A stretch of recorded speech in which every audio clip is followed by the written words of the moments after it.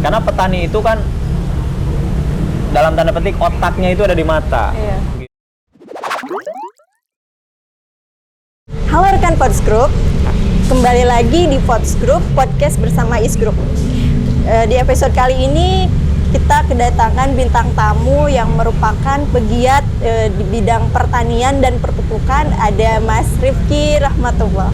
Terima kasih. Apa kabar Mas Rifki? Baik, alhamdulillah sehat.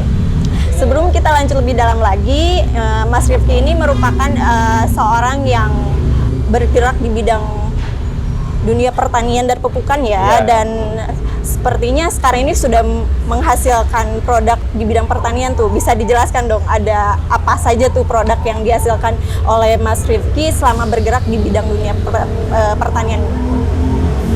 Baik, terima kasih sebelumnya kepada Pods Group ya, podcast ISG Is Group ya. Indonesia Sejahtera Group yang sudah mengundang saya di sini untuk berbagi terkait dengan pengalaman saya sejauh ini sebagai seorang penggiat di dunia pertanian dan juga perpupukan. Belum terlalu yang expert banget ya, karena dunia pertanian itu variabelnya sangat banyak banget.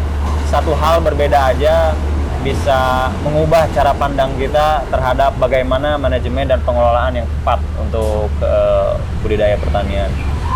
Nah, terkait dengan produk apa sih yang sudah menjadi masterpiece sejauh ini saya berkarir di bidang pertanian itu adalah ketika dalam 4 tahun terakhir saya bekerja sebagai seorang profesional di perusahaan bioteknologi dari Amerika dan melihat Indonesia sebagai salah satu negara yang sangat potensial sekali untuk bisa menjalankan bisnis di bidang dunia pertanian ya, di sektor pertanian dan di bidang pupuk gitu.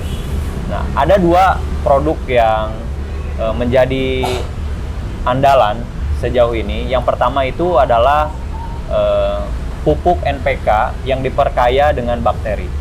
Kami melakukan kerjasama dengan salah satu BUMN di Indonesia yang dia memiliki kapasitas besar sekali dalam produksi pupuk NPK, urea, SP36 dan sebagainya, yang itu merupakan produk-produk paling dibutuhkan oleh petani untuk menjalankan proses budidaya pertanian. Kemudian yang kedua itu ada mineral magnesium dan kalsium yang diperkaya dengan bakteri.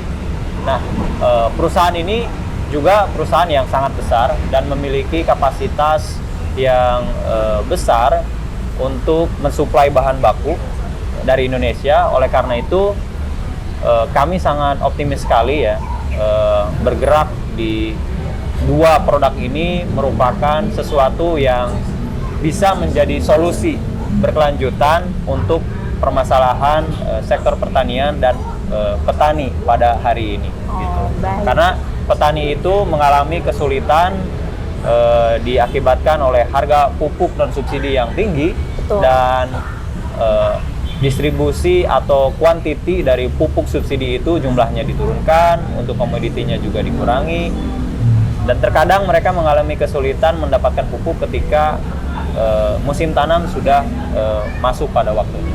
Gitu.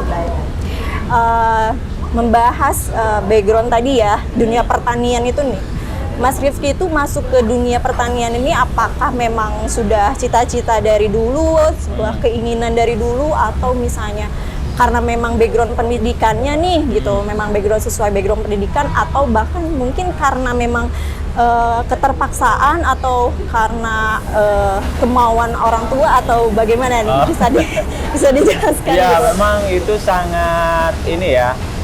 Saya rasanya sih kalau diingat-ingat ke belakang tuh mengalir aja gitu, Pak. Iya. Memang saya lahir di Garut, Jawa Barat, yang secara geografis itu merupakan wilayah dengan iklim yang cocok untuk pertanian. Iya, jadi betul. mungkin saya memang lahir dari kondisi lingkungan yang mendukung saya menyukai bidang Lekat pertanian. banget ya dengan dunia pertanian. Selain itu juga itu ternyata inline dengan kuliah yang saya ambil di IPB University, Ya.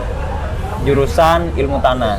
Oh. Ya, untuk mayornya manajemen sumber daya lahan. Oh. Nah, terakhir saya juga memperdalam karena memang ada satu hal yang unik di dalam sektor pertanian, khususnya pupuk, itu terkait dengan kinerja dari mikroba.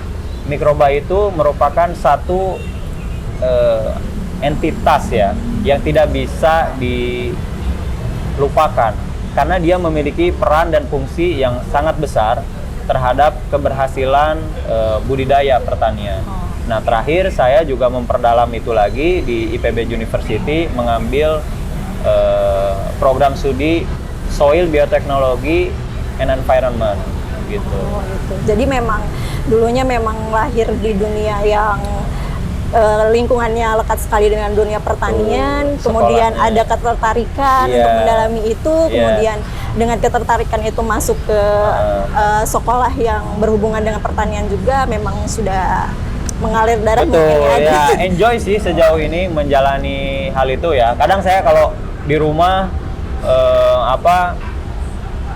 gardening gitu ya, bunga, karena saya suka sesuatu yang eksotik gitu ya, eksklusif. Terus ketemu juga sama petani di berbagai daerah, baik itu dari Sumatera, Kalimantan, Sulawesi, Papua, Jawa, Bali, NTB. Jadi ketika bertemu dengan mereka itu merupakan sesuatu inspirasi untuk saya pribadi bahwa Indonesia ini merupakan negara dengan sektor pertanian yang sangat potensial sekali gitu. Betul. Dan ya itu enjoy lah sejauh ini saya yang jalaninya. Berarti Mas Rifki ini lebih sering menghabiskan itunya di dunia pertaniannya itu di lapangannya ya? Iya, saya orang jalanan. Kalau orang tanya Mas Rifki orang mana, saya orang jalanan. Iya, maksudnya karena memang sebagian besar waktu saya ada di lapangan gitu. Hari Rabu kemarin berangkat ke Sorong, Papua Barat Daya, karena di sana ada acara misi dagang dari Provinsi Jawa Timur bersama dengan Gubernur Bu Kofifa. Kemudian hari Sabtu saya ke Malang ketemu dengan salah satu distributor untuk produk yang sedang kami kembangkan di wilayah Jawa Timur dan memiliki channel distribusi di seluruh wilayah di Indonesia. Kemudian hari Minggu kemarin saya ke Garut dan Indramayu, hari ini Cirebon dan langsung ke sini. Wow. Jadi memang saya di jalanan terus gitu ya. Luar biasa sekali ya Mas Rifki ini. Membahas tadi soal di lapangan, karena mungkin sering terjun ke lapangan juga, jadi lebih sering bertemu dengan rekan petani juga, jadi mungkin akan lebih banyak tahu ya mengenai permasalahan di dunia pertanian. Betul. Kayak permasalahan yang dialami oleh petani saat ini tuh seperti apa, terkendala pupuk bagaimana itu pasti akan. Betul, ya case by case ya. Jadi ada 3 hal yang kami perhatikan dalam sejauh mana produk ini bisa menjadi solusi untuk petani. Pertama, dari segi keekonomian, apakah itu menguntungkan untuk petani atau tidak, dan tentunya kita mencoba berpihak sebanyak mungkin pada petani ya, sebagai end user dan sebagai pihak yang menjadi aktor utama di sektor pertanian. Betul. Kemudian yang kedua itu terkait dengan geografis, terkait dengan iklim. Apakah produk yang kita kembangkan di dunia perpupukan ini mampu diandalkan dan secara konsisten itu bekerja menaikkan produktivitas tanaman dimanapun itu, gitu.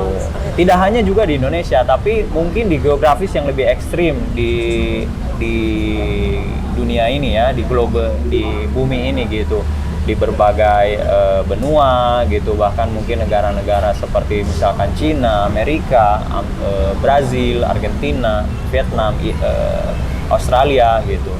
Dan yang terakhir itu terkait dengan manajemen praktis. Manajemen praktis ini yang unik, apalagi di Indonesia. Manajemen praktis itu cara budidaya pertanian. Oh. Kita pasti akan menemukan keunikan tersendiri di masing-masing wilayah. Wah, bisa Contoh, dicontohkan. misalkan, kalau di Jawa dan di Sumatera, cangkulnya itu beda. Oh, gitu. Ya. Bedanya tuh gimana tuh? Kalau di Jawa biasanya relatif lebih besar karena tanah-tanah di Jawa itu lebih subur dibandingkan dengan pulau-pulau lain di Indonesia. Terus kemudian di berbagai wilayah juga tentu sangat berbeda sekali ya. Kita membandingkan antara budidaya di Jawa, budidaya di Kalimantan yang di sana notabene sulit sekali kita temukan pegunungan, di mana pegunungan yang vulkanik ya itu merupakan sumber mineral untuk tanah dan kesuburan. Ya. Nah, contoh di Kalimantan, di sana itu kan gunung seperti itu sangat sedikit sekali. Oleh karena itu kesuburan juga berbeda dengan yang di Pulau Jawa. Dan di Kalimantan itu lebih banyak fokus pada pengembangan perkebunan seperti sawit, karet dan sebagainya.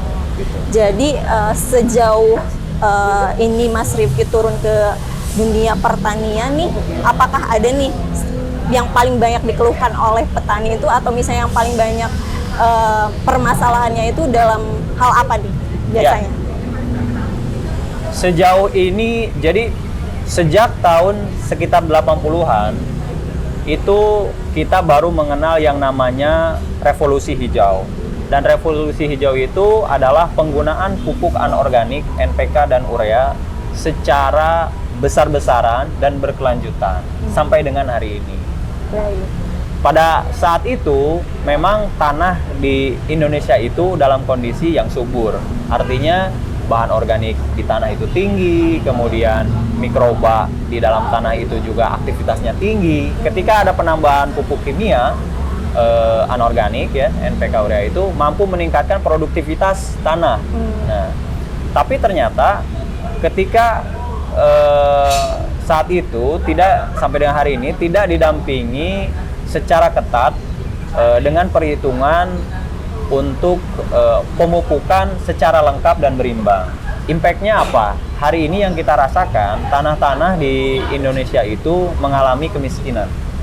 Nah, jadi bisa dikatakan sebagian besar itu mengalami kerusakan karena pemberian pupuk anorganik yang tidak diimbangi dengan pupuk organik ataupun pupuk hayati. Dan itu saya kira menjadi salah satu yang dikeluhkan oleh petani dan sangat dirasakan oleh setiap petani ataupun misalkan pemerintah daerah ya, di mana penurunan produktivitas tanaman akibat kerusakan tanah gitu, Mbak.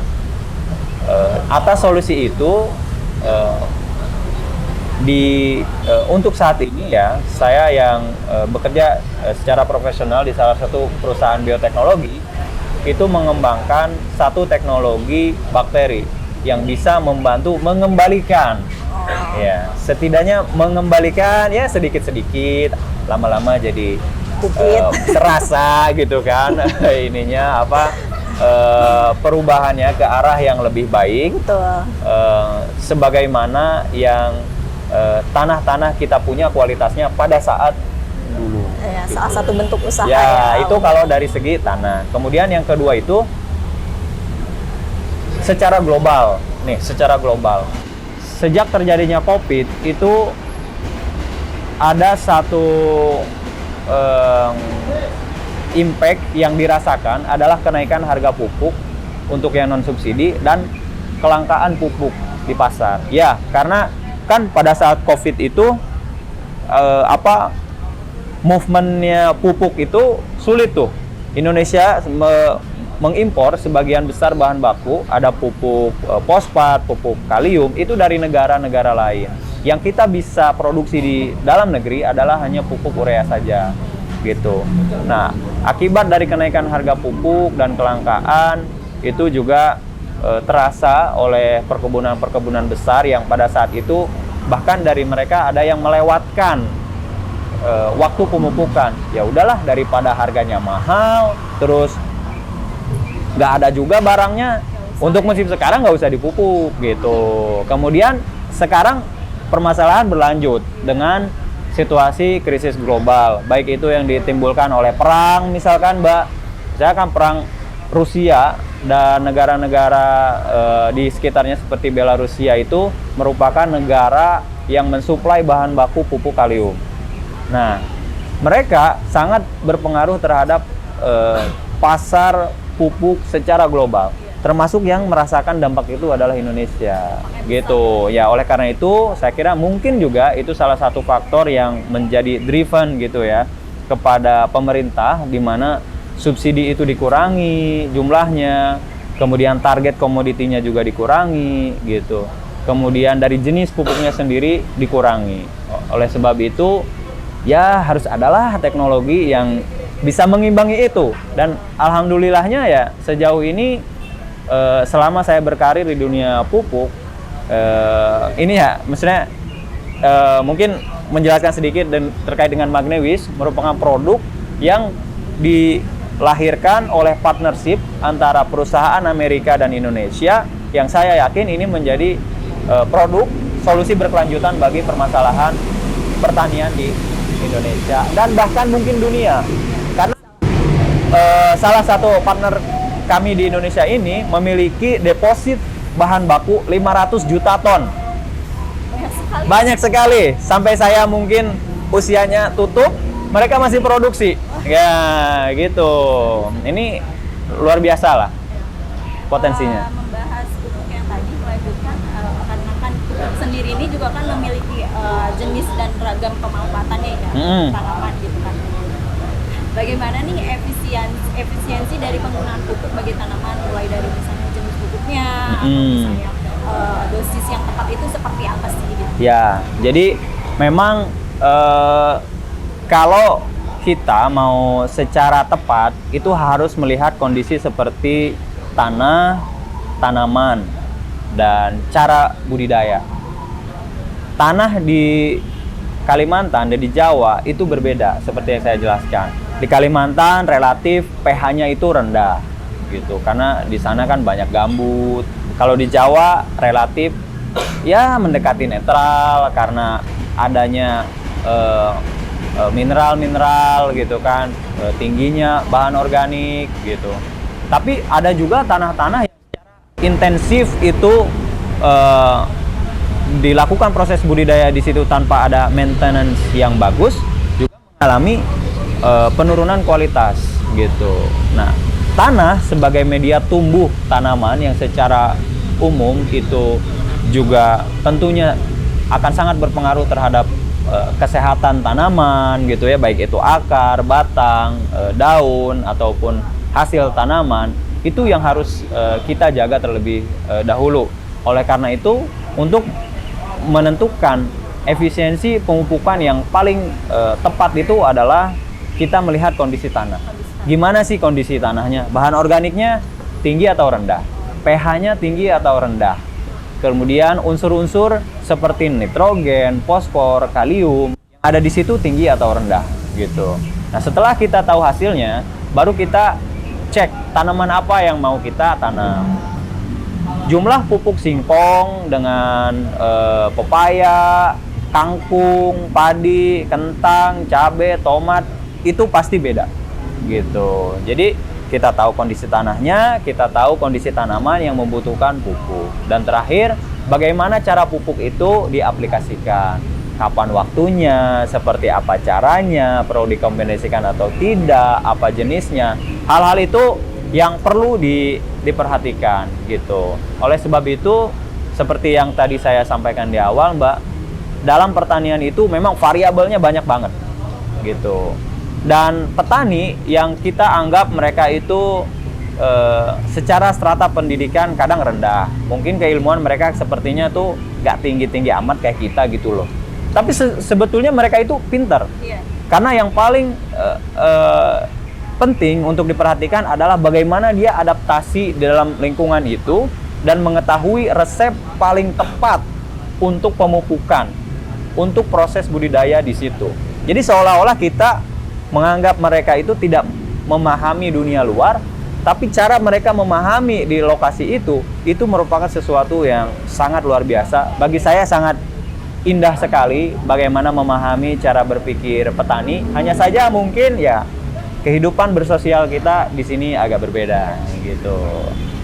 Untuk pupuk itu sendiri, apakah ada cara khusus dalam penggunaannya? Misalnya pastikan dalam perpupukan ini misalnya kan ada pupuk itu ada pupuk yang organik, ada pupuk yang anorganik juga. Itu pastikan beda cara penanganannya atau cara penggunaannya. Apakah ada cara-cara khusus dalam kedua jenis pupuk tersebut harus bagaimana? Ya, dalam penanganan pupuk khususnya di lapangan dan untuk kebutuhan tanaman itu kita harus mengaplikasikan 3 jenis pupuk supaya menjadi pemupukan yang lengkap. Pertama adalah pupuk anorganik. Di sana ada nutrisi makro dan mikro ya. Makro sendiri juga dibagi lagi, itu ada makro primer, makro sekunder, lengkap lah gitu. Kemudian yang kedua itu pupuk organik. Organik ini bersifat sebagai pembenah tanah, sebagai bahan makanan untuk mikroba, aktivitas mikroba yang ada di dalam tanah gitu kan. Kemudian yang terakhir itu adalah aplikasi dari pupuk hayati atau mikroba yang memiliki fungsi untuk manfaat yang sangat penting bagi tanaman. Karena mikroba itu ada juga kan yang fungsinya misalkan dia sebagai pelarut fosfat, ada sebagai penambat nitrogen, ada sebagai pelarut kalium, ada sebagai penekan dari aktivitas bakteri yang bersifat patogen gitu. Banyak banget gitu ya, atau yang misalnya bisa mendegradasi logam berat gitu. Jadi banyak banget. Nah, dari ketiga jenis pupuk inilah yang harus dikombinasikan agar agar tanaman itu tercukupi kebutuhannya dan juga agar kualitas dari tanah itu bisa kita pertahankan selama mungkin, menjadi pertanian yang benar-benar berkelanjutan gitu. Sangat menarik juga ya pembahasan mengenai pupuk ini dan dunia pertanian berserta tanah-tanahnya. Sangat menarik sekali. Kalau kita ketemu petani, Mbak, petani itu bilang gini, saya belajar terus. Loh, kok gitu? Ya tadi, karena variabelnya itu banyak. Kalau ketemu petani yang baru, itu pasti ceritanya baru lagi. Saya ketemu contoh misalkan petani padi. Ketika ketemu petani padi di Indramayu, di Cirebon, dan di Bojonegoro, Jawa Timur, itu pasti beda ceritanya. Gitu. Jadi pertanian itu menjadi sesuatu yang sangat menarik secara terus-menerus untuk karena mungkin melihat dari situasi juga ya, maksudnya dari cuacanya juga kan pasti di suatu daerah atau daerah juga kan pasti berbeda. Betul ya, anggaplah misalnya ketinggian tempat. Padi secara umum itu ditanam pada lahan yang relatif datar gitu dan suhunya itu panas dan juga ketinggian dari level permukaan air laut itu juga rendah gitu. Terus tanaman sayuran itu umumnya ditanam di lokasi yang relatif tinggi di atas permukaan laut, misalnya 700 meter di atas permukaan laut gitu kan. Kemudian suhunya juga lebih rendah dibandingkan dengan yang padi tadi gitu. Nah, penanganan cara budidaya di geografi yang berbeda itu juga unik masing-masing, dan itu yang buat saya sejauh ini sangat menarik gitu. Selama ini nih Mas Pipi kan sering datang ke suatu tempat ya, misalnya di Indonesia kayak gitu, di suatu daerah misalnya di Jawa atau di luar Jawa, misalnya di Sumatera atau di Kalimantan gitu. Sejauh ini yang pernah didatangi oleh Mas Pipi ini permasalahan yang paling banyak atau minim dari permasalahan dari dunia pertanian itu di daerah mana nih? Masing-masing daerah sih punya permasalahannya sendiri-sendiri ya. Tapi untuk petani itu kadang menjadi aktor utama sekaligus yang paling merasakan asam garamnya lah kalau saya lihat gitu ya. Misalkan mereka dari segi sarana input produksi pupuk, benih, pestisida gitu ya. Nah itu tuh mereka kadang ada gitu pupuknya, kadang nggak ada gitu, kadang ada tapi sebagian gitu. Belum lagi permasalahan misalkan di budidaya, itu kan ada serangan hama, serangan penyakit yang menyebabkan misalnya produktivitasnya itu tidak sesuai yang seperti mereka harapkan. Otomatis kan itu untuk jadi masalah bagi dia pribadi. Dan yang terakhir itu adalah terkait dengan harga.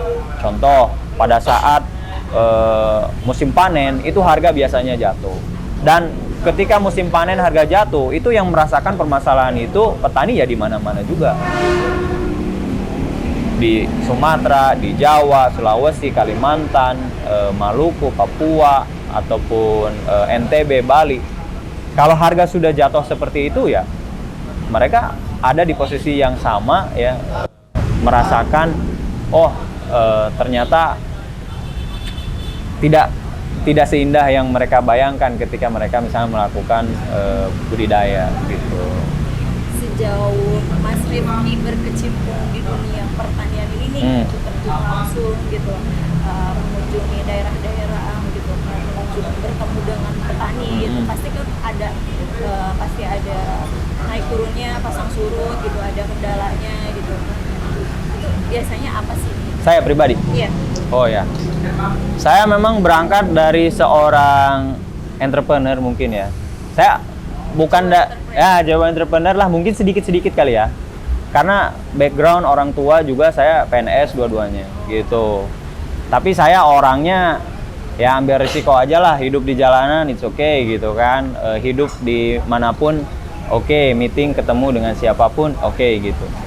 Dua hal sih yang saya rasakan. Pertama, untuk keberhasilan itu kita harus punya seorang mentor yang baik, yang bagus, yang berkualitas. Karena mentor itu memiliki pengalaman yang sangat luas dan dia sudah merasakan pengalaman itu dari sejak sekian lama sebelum kita. Oleh karena itu, kadang kalau kita sedang jatuh, tapi ketika kita punya mentor, dia punya banyak sekali nasihat-nasihat, solusi-solusi untuk kita sehingga kita bangkit lagi. Kemudian yang kedua, yang saya pahami sejauh perjalanan saya ya secara pribadi adalah memang kalau background saya yang tadi itu kan saya nggak ada pengalaman ya di keluarga, kemudian saya pribadi juga nggak ada pengalaman. Yang harus dibutuhkan adalah memiliki self recovery system yang sangat baik ketika kita down. Tidak semua apa yang kita harapkan, kita impikan, kita targetkan itu tercapai. Nah, ketika itu terjadi, pasti kita down kan? Betul. Ketika down itu, kita harus punya self recovery system. Woi, bangkit. Gak peduli kita jatuh berapa banyak, tapi berapa banyak kita bangkit dari kejatuhan itu. Karena kan sukses di level yang tinggi itu butuh proses yang sangat panjang. Ya, tidak secara instan. Kita bukan karbitan. Kita memang benar-benar meniti dari bawah, dan saya sangat percaya tentang hukum alam ya. Sesuatu yang cepat diciptakan juga pasti akan cepat musnahnya. Tapi sesuatu yang ditempa sedemikian rupa dalam jangka waktu yang panjang, di medan yang berbeda-beda gitu kan, di situasi yang berbeda-beda akan menghasilkan sesuatu barang atau hasil yang sangat berkualitas, dan dia ketika mencapai top juga akan bertahan di sana dalam jangka waktu yang lama. Jadi itu hal yang menurut saya motivasi sangat penting bagi diri saya pribadi, mungkin juga bisa di-share kepada rekan-rekan yang lain, bahwa untuk kesuksesan yang ingin cepat ya harus punya mentor yang baik. Kalau itu nggak mau, kita orangnya ngeyel gitu, nggak mau sepemikiran dengan orang mentor, kita senang dengan originalitas, apa yang kita ciptakan sendiri, maka diri kita harus dididik dengan self recovery system yang baik ketika kita mengalami kejatuhan gitu. Sangat menginspirasi sekali ya Mas Rifki ini, ternyata sih jujur. Karena kan kita jadi tahu kan perjalanan Mas Rifki ternyata sangat panjang gitu untuk sampai di titik ini kan. Ya, saya khususnya ya di bidang pertanian ini, saya memang dari sejak awal apapun pekerjaan saya, maka sektornya itu harus agribisnis. gitu. Dan saya menjalani itu dari sejak tahun 2007 sampai dengan sekarang, berarti sekitar hampir berapa? 16 ya? Iya. Hampir 16 tahun. Saya kuliah kan 2007 di IPB. Nah, sampai dengan hari ini di pertanian aja terus gitu. Benar-benar berarti udah melekat banget ya sama dunia pertanian. Ya udah ya hidup dan mati saya untuk pertanian. Aduh, mantap sekali. Nah, mengenai pupuk yang tadi kan seiring karena banyaknya hambatan kayak tadi terkendala COVID, perang juga gitu kan gitu. Sehingga akan pupuk tersebut mengalami krisis. Dalam di kondisi krisis pupuk saat ini, apakah ada nih cetusan gitu atau produk apa saja, produk apa nih yang bisa mengatasi permasalahan gitu pupuk saat ini? Baik, kalau ini lebih ke ini ya, maksudnya kondisi yang saya rasakan untuk saat ini, karena saya juga bekerja di BioWis, perusahaan bioteknologi dia dari Amerika, multinational company. Ada 2 produk yang dikembangkan di Indonesia ya, khususnya di Indonesia karena saya juga memahaminya secara lebih mendalam. Itu adalah kondisi pertanian di Indonesia. Satu, itu produk NPK yang diperkaya dengan bakteri. Tapi kalau itu sifatnya incremental. Incremental dalam artian dia base-nya tetap NPK, tapi ada tambahan fungsi yang sangat baik sekali dari bakteri gitu. Tapi tetap sifatnya NPK. Jadi dia hanya incremental. NPK ya NPK gitu, yang diperkaya dengan bakteri. Nah, kemudian yang kedua ini adalah mineral yang diperkaya dengan bakteri. Populasi bakterinya juga tinggi. Nah, buat kami ya sejauh ini mempertimbangkan produk yang kedua ini, mineral yang diperkaya dengan hayati ya. Di sini ada produknya Magnewish. Itu produk inovasi, bukan lagi incremental. Kenapa inovasi? Karena dia berubah sifatnya dari bahan dasar kedua produk. Kan sebetulnya ada 2 produk yang digabungkan, mineral dan hayati. Tapi ketika produk itu digabung, dia berubah. Spektrumnya menjadi luas, baik itu dari dosis aplikasi, cara aplikasi, waktu aplikasi, menjadi berubah. Semua tanaman bisa pakai produk ini, kan? Manajemen praktis seperti apapun, budidaya seperti apapun di pertanian oleh petani bisa memakai produk ini. Lokasi dimanapun, dengan iklim seperti apapun juga masih tetap bisa menggunakan produk ini. Dan kami yakin dan sudah diujikan di beberapa lokasi ya, baik itu di Sumatera, Jawa, Kalimantan, Sulawesi gitu kan. Dan yang terakhir kami melaunching produk ini dengan Gubernur Bali pada bulan Desember 2002 yang lalu. Bali yang sekarang ini ingin go organik, yang disupport oleh wisata yang memang sudah sangat baik sekali di sana, disupport dengan produk ini. Mereka yakin akan ada keberhasilan lain yang dicapai dan menjadi unik Bali sebagai pulau organik atau secara bertahap mengurangi penggunaan pupuk anorganik gitu. Jadi produk ini produk yang sangat luas sekali spektrumnya, dan melihat dari segi posisi bisnis seperti yang saya sampaikan tadi, partner kami memiliki deposit bahan baku yang sangat besar sekali, jangkauannya bisa sangat luas sekali, harganya juga sangat worth it sekali untuk produk-produk yang ada di kelasnya, akan menjangkau pasar-pasar ekspor ya, cepat ataupun lambat. Jadi Asia Tenggara ya, mungkin Southeast Asia. Dan terakhir ini sedikit, dalam jangka waktu dekat akan diekspor ke Turki. Jadi itu yang betul. mau saya tanyakan sebenarnya. Itu apakah kan sebelumnya kan sudah melakukan kegiatan ekspor bidang pupuk ini? Karena kan seiring berjalannya waktu pasti permintaan pupuk ini semakin tinggi, dan ketertarikan orang juga terhadap pupuk juga kan akan semakin banyak. Itu apakah akan dilakukan ekspor atau sudah ada rencana ya? Betul, ini dalam jangka waktu dekat, mungkin next couple of 2 weeks gitu ya, produk ini akan diekspor ke Turki untuk dicoba di sana. karena kebetulan kita kan juga bergerak di dunia ekspor impor nih. Kita gitu bisa kan. kolaborasi. Iya bisa, dan sekarang ini infonya juga dari kemarin itu peminat untuk pupuk ini lumayan cukup banyak juga gitu pasti. kan. Berarti ya ada kemungkinan nih, Iya. tadi saya mau tanyakan Iya, juga kan gitu. Setiap kali ketemu dengan petani, kita sampaikan terkait dengan produk yang bisa menjadi solusi dari permasalahan yang mereka hadapi saat ini. Secepat itu juga pada saat itu petani akan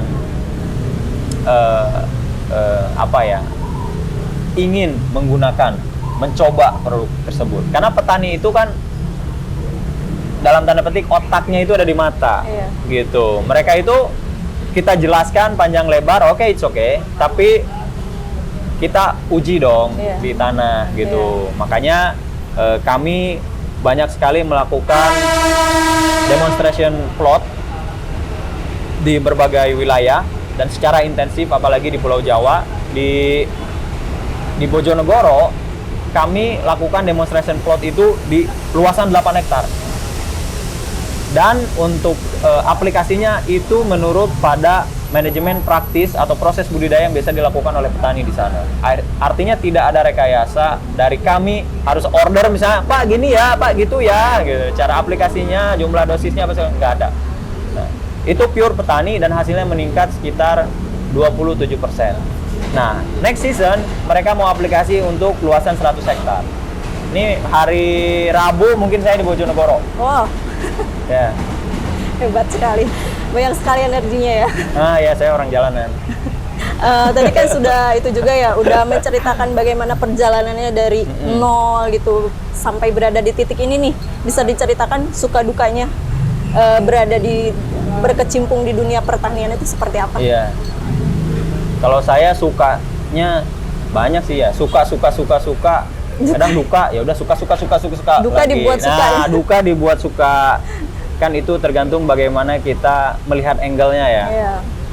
Sekalipun kita gagal, sebetulnya kita itu bukan gagal ya. Antara kita bilang belajar aja. Tapi ketika kita sukses, ya alhamdulillah itu pencapaian untuk kita. Jadi tidak ada kata gagal, tidak ada kata menyesal, karena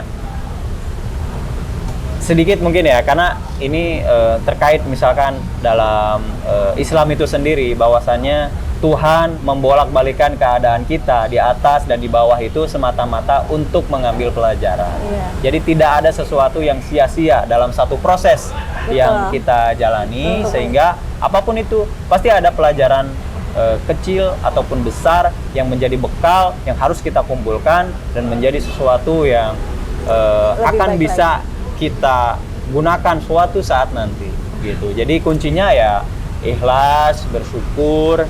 Saya bisa ngomong kayak gitu saat ini sih. Kalau dulu juga ya, aduh gimana ini? Karena kan udah udah 16 tahun ya. Ya. Pasti dong ada masa-masa di mana. Ya, ada masa-masa di mana ketika misalkan menemukan partner kita dalam berbisnis yang kurang baik gitu ya, mitra kita misalkan tidak secara akuntabel menjalankan bisnis, tidak transparan, tidak secara profesional, yang itu berdampak pada kerugian perusahaan, itu ya ada aja gitu. Oleh karena itu juga di samping secara spiritual, secara emosional dan secara kecerdasan menunjang untuk keberhasilan terkait dengan bisnis yang sedang kita jalankan, juga itu sangat penting untuk mencegah dari terjadinya hal-hal yang seperti itu di kemudian hari.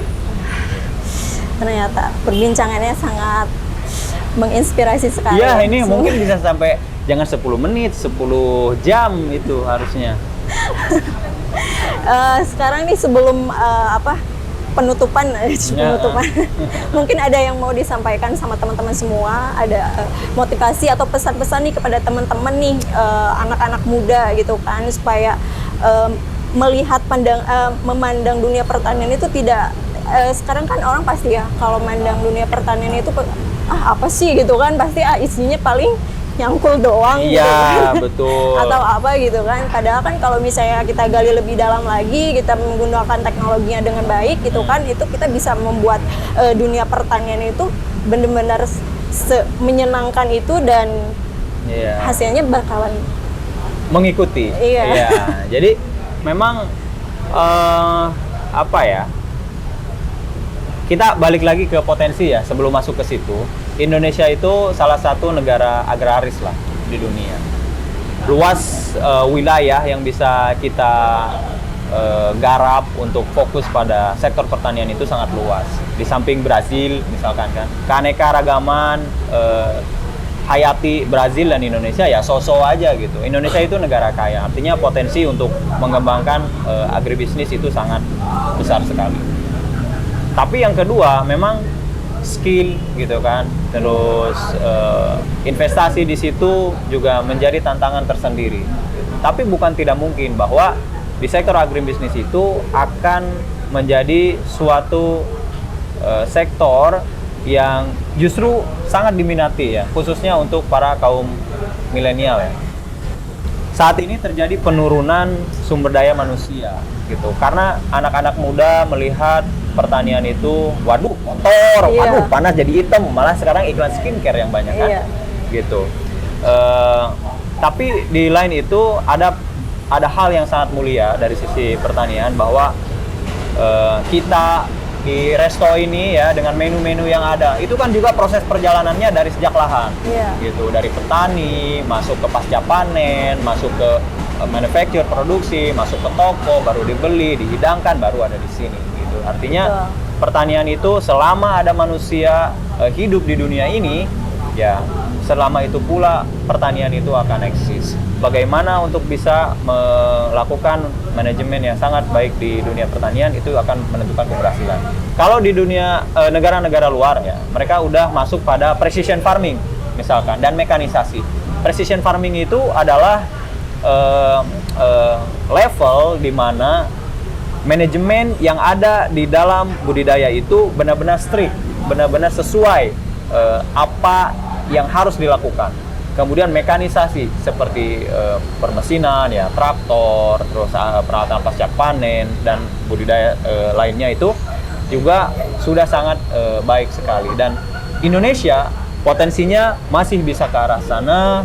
Dan untuk para milenial yang saat ini mungkin lebih banyak mendambakan kerja di kota atau di digital dan segala macam, pertanian juga merupakan salah satu sektor yang coba deh dulu di situ, pasti akan ketemu sisi menariknya dan akan lebih banyak